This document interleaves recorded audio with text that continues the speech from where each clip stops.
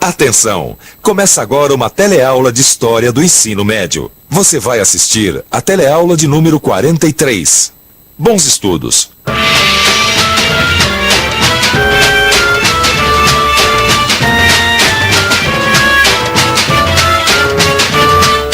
Antes da gente começar, eu queria que você desse uma bela olhada nesta vila aqui. Até parece que a gente está na Inglaterra, não é mesmo? Mas, na verdade, nós estamos em pleno centro da cidade de São Paulo, na Vila Inglesa. Uma vila que foi construída para os engenheiros ingleses que vieram para o Brasil no fim do século XIX, para, entre outras coisas, construir estradas de ferro. Não foi só para o Brasil que os ingleses vieram. Em vários lugares do mundo, a presença britânica foi marcante. Essa era uma amostra evidente de que a Inglaterra tinha se tornado uma grande potência. Só que a Inglaterra não era a única. Vários outros países europeus também se organizaram e se fortaleceram durante o século XIX e saíram mundo afora atrás de territórios para colonizar. Veja só como a Europa dominava boa parte do planeta no fim do século XIX. Mas como isso foi possível? Como um continente como a Europa conseguiu dominar tantos outros países? Bom, para conseguir se impor, se expandir e conquistar tantos territórios, os países europeus tiveram primeiro que se fortalecer e se transformar em grandes potências. Nós vamos saber direitinho como isso aconteceu nessa teleaula. Hoje você vai ficar sabendo de que maneira os trabalhadores ingleses começaram a se organizar em sindicatos, como a França tenta resolver os conflitos gerados entre os interesses dos trabalhadores e dos burgueses, e como foi a unificação da Itália e da Alemanha. Olá! Como a gente viu em outras teleaulas, a Revolução Industrial trouxe um grande desenvolvimento econômico para a Inglaterra.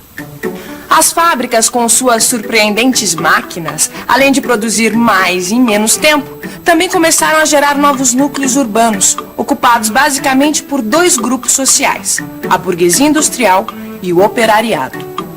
Apesar dessas mudanças todas, as leis eleitorais eram antigas e beneficiavam a aristocracia, os nobres que continuavam controlando o parlamento. Traduzindo, a burguesia e o proletariado geravam riquezas, mas não tinham poder político. Insatisfeitos com essa situação, tanto os donos de fábrica quanto os operários começaram a pressionar o parlamento, que por fim começou a ceder. Mas a situação na Inglaterra naquele momento era mais complicada do que simplesmente modificar a legislação eleitoral. É claro que existia um grande desenvolvimento econômico, mas a riqueza gerada pelas máquinas não era para todos. Na verdade, a maioria da população inglesa vivia na mais absoluta miséria, mesmo enfrentando jornadas de trabalho de até 15 horas por dia. Essa situação acabou levando os trabalhadores a se organizarem em sindicatos para defender seus direitos e exigir melhores salários. Essas associações de trabalhadores que começaram a surgir estavam basicamente apoiadas nas ideias socialistas de Marx e Engels, autores do famoso Manifesto Comunista. Apesar das dificuldades, a mobilização dos trabalhadores ingleses não foi em vão. O industrial Robert Owen cria cooperativas de operários e surge o movimento cartista. O movimento cartista foi um movimento de operários que reivindicavam condições básicas e direito de trabalho. Eles tinham esse nome, cartistas, porque escreviam cartas endereçadas a políticos e patrões fazendo suas reivindicações. Esse movimento tornou possível o surgimento de um novo partido político, o Partido Trabalhista, criado em 1890. Mas os operários ingleses não eram os únicos que estavam se organizando e lutando pelos seus direitos no século XIX. Na França estava acontecendo a mesma coisa. 1848. É um ano agitado na França, que mais uma vez é palco de uma revolução. A Revolução de 1848, que acaba com a monarquia burguesa de Luís Felipe I e institui a Segunda República, cujo governo provisório é formado pelos socialistas que lutam por profundas reformas sociais e pelos liberais moderados que defendem os interesses da burguesia. Os socialistas conseguem várias conquistas, como a jornada de trabalho de 10 horas e a adoção do voto universal masculino e secreto, mas perdem as eleições. Assim que assumem o poder, os liberais fecham as oficinas nacionais criadas pelos socialistas para dar trabalho aos desempregados. O episódio é o estopim que provoca a luta armada entre os dois grupos. Após sangrentos combates, os socialistas são derrotados. 14 mil rebeldes são deportados para as colônias e o movimento operário é desarticulado. Depois de sufocar o movimento socialista, a França adota o regime presidencialista, cujo primeiro presidente é Luiz Napoleão Bonaparte, sobrinho do imperador. Sem deixar claro a que veio, o novo presidente adota uma política que oscila entre os socialistas e os burgueses e acaba batendo de frente com a Assembleia, que em maio de 1850 quis restringir o direito do voto. Depois disso, uma eleição concede o título de imperador a Luiz Napoleão, que assume o trono francês como Napoleão III. Começa aí o Segundo Império. Os primeiros anos do governo de Napoleão III foram marcados por uma política repressiva contra os seus opositores. Mas na década seguinte, a partir de 1860, Napoleão III muda de postura. Abre estradas de ferro, atualiza e democratiza o ensino e reconhece o direito de greve. No plano externo, a política de Napoleão III não se diferenciava muito dos seus vizinhos europeus. Imperialista, tinha como objetivo conquistar novos territórios e colonizá-los. E foi movido por esse sentimento imperialista que o imperador francês tentou transformar o México numa colônia francesa na América. México, 1861. O presidente Benito Juárez suspende o pagamento das dívidas mexicanas com os credores europeus. Imediatamente, Inglaterra, Espanha e França resolvem intervir militarmente. Napoleão III não perde a oportunidade para expandir o imperialismo francês. Apoiado pelos setores conservadores do México, Napoleão III invade o país e derrota as forças do presidente Benito Juárez. A monarquia é proclamada pelos conservadores mexicanos. O arquiduque Maximiliano, irmão do imperador da Áustria, é coroado imperador do México. Com o apoio das tropas francesas, Maximiliano consegue dominar praticamente todo o México. O projeto imperialista de Napoleão III, ao que tudo indica, caminha a passos largos, mas por pouco tempo. Em 1867, com o fim da Guerra de Secessão, os Estados Unidos exigem o fim da intervenção francesa no México. Ao mesmo tempo, Napoleão se vê pressionado pelo crescente poderio prussiano que ameaça o equilíbrio europeu. Por causa disso, retira as tropas francesas do México. Sem o apoio francês, Maximiliano se rende e é fuzilado. Fuzilado? É isso mesmo. Mas como? Que país latino-americano é esse que consegue, em pleno século XIX, rechaçar o imperialismo europeu? Então, Vicente, foram esses dois aqui que lideraram a Revolução Mexicana de 1911? Exatamente, Pancho Villa e Emiliano Zapata. Agora, como é que foi tudo isso, hein, Vicente? Eles venceram os europeus de uma hora para outra? Assim, como é que... Que isso, Gil?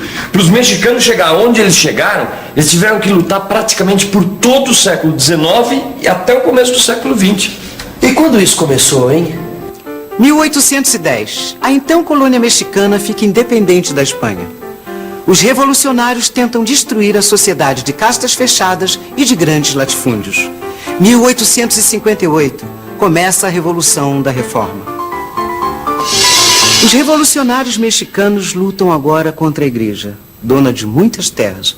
A igreja, como é de se esperar, reage e se une aos grandes proprietários.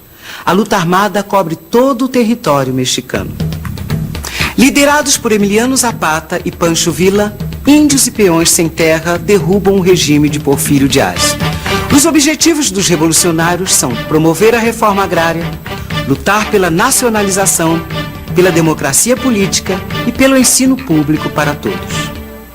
Voltando um pouco no tempo, só para a gente não se perder, você se lembra que a Revolução Mexicana entrou na sua reta decisiva depois que Napoleão III retirou sua tropa do México, deixando o imperador Maximiliano indefeso.